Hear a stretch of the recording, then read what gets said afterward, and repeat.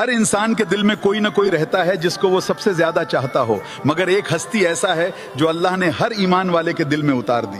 वो और कोई नहीं, मेरे प्यारे आका सल्लल्लाहु अलैहि वसल्लम की मोहब्बत है। आप लोग कभी सोचें, जो वो शख्सियत जो पूरे कायनात के रहमत बनकर आए, उनके आने से अंधेरों में रोशनी आ गया, जिनके कदमों के बरकत से रेगिस्तान में फूल खिल उठा। नबी पाक सल्लल्लाहु अलैहि वसल्लम सिर्फ दुनिया के लिए नहीं आए, बल्कि वो कब्र की तन्हाई से लेकर मैदान हश्र तक उम्मत की रहनुमा बनकर आए हैं।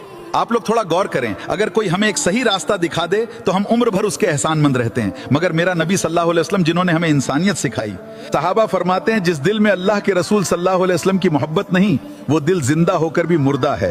यारो, उनसे बेपनाह मोहब्बत किया करो। हम गुनहगारों के लिए मेरे प्यारे आका सल्लल्लाहु अलैहि वसल्लम ने कितने सितम उठाए। उन्होंने रातों को उठकर सजदे में रोते, या अल्लाह मेरी उम्मत को बख्श दे।